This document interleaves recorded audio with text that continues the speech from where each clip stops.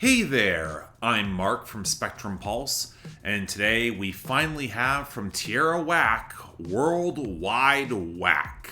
I have no idea why I didn't cover Tierra Whack's breakthrough tape in 2018 with Whack World, an utterly kooky juxtaposition of single-minute pop rap songs for ridiculously colorful 15 minutes that often left me wanting more. The sort of material that would seem weapons-grade applicable for TikTok, but actually kind of worked better as a whole thanks to just how effectively the flow and transitions of the album landed. A blur of quirky and effective wordplay and flows, but also real pathos if you read between the lines. Great album. Now from there, she put out 3 EPs in 2021 that received some wildly mixed reviews, and now we've got a project with more conventionally structured songs, to a point, and okay, I'll be honest, I have really struggled with this one. Mostly because it's the sort of project that I should like a lot more than I do. And that's frustrating because this is pretty much everything I hoped would happen after Whack World. The songs got a little bit longer, but not enough to sacrifice the ear candy hooks and pithy punchlines as her melodic flow bends in all sorts of weird directions. All in favor of a structure that actually showcases more humanity,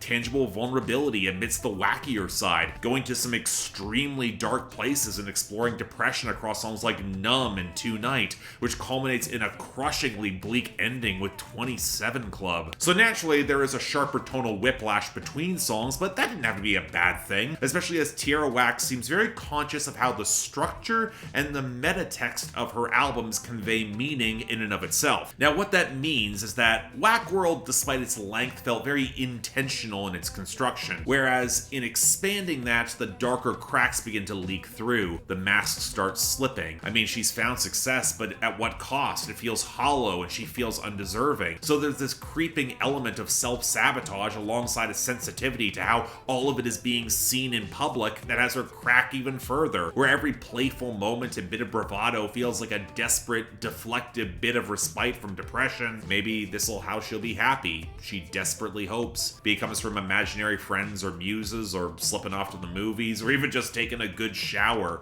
where mundane routine might be its own release. But naturally that makes for a much heavier, much more introspective album, where if you're expecting those wilder, technicolor bangers, not only are there fewer than you might expect, but they're all underscored by that spare, creeping darkness, like the chilly Misbehave or X. So I won't deny that it's effective, it's often still quite clever, and I'm quite relieved she came out the other side. So why doesn't it work as strongly for me? Well, some of that's in construction, in that it can feel somewhat self-defeating in moments. Despite being a pretty short album, it's got very little momentum, and with more space for these tracks to linger, the beats that felt limited but kind of paid off an idea on Whack World, they feel increasingly spare and undercooked with barely any proper development, which doesn't do a lot to help any of the melodic hooks pop off. Honestly, it kind of reminds me of my frustration with Aminé's recent work. And okay, look, when you've got a rapper as expressive as Tierra Whack, there is a very fine line in compromising some of your natural performativity and energy to make a more subdued, emotive point. I mean, it makes sense why she did so. A big risk and brighter framing in emo is writing something that's so infectious that the darkness you're trying to convey will get overshadowed and then get ruthlessly commodified by the industry. And look, that's not a slight comparison.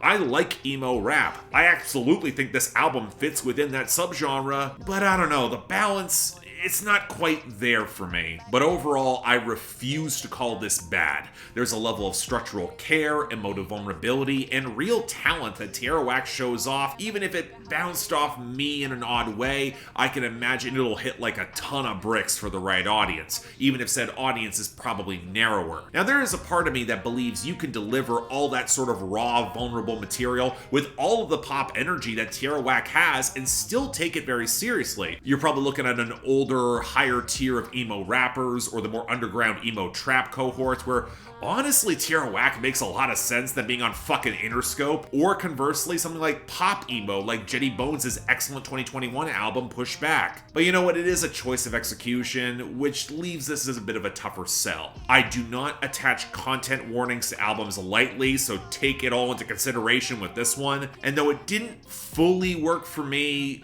I think what Tierra Whack is doing is worth supporting. I want to hear more.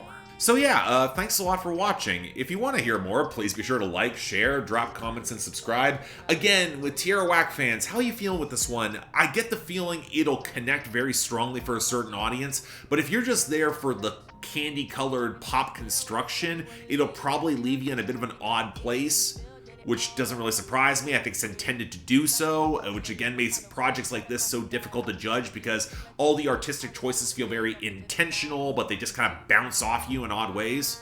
But hey, I'm curious to hear y'all opinion. Beyond that though, anything else I might be able to do to improve my presentation, I'm all ears. And hey, if you want to help support the channel beyond just buying merch or want to argue with me more directly on my Discord or get albums on my schedule so I don't miss albums like Whack World when they come out, link to my Patreon is right over there.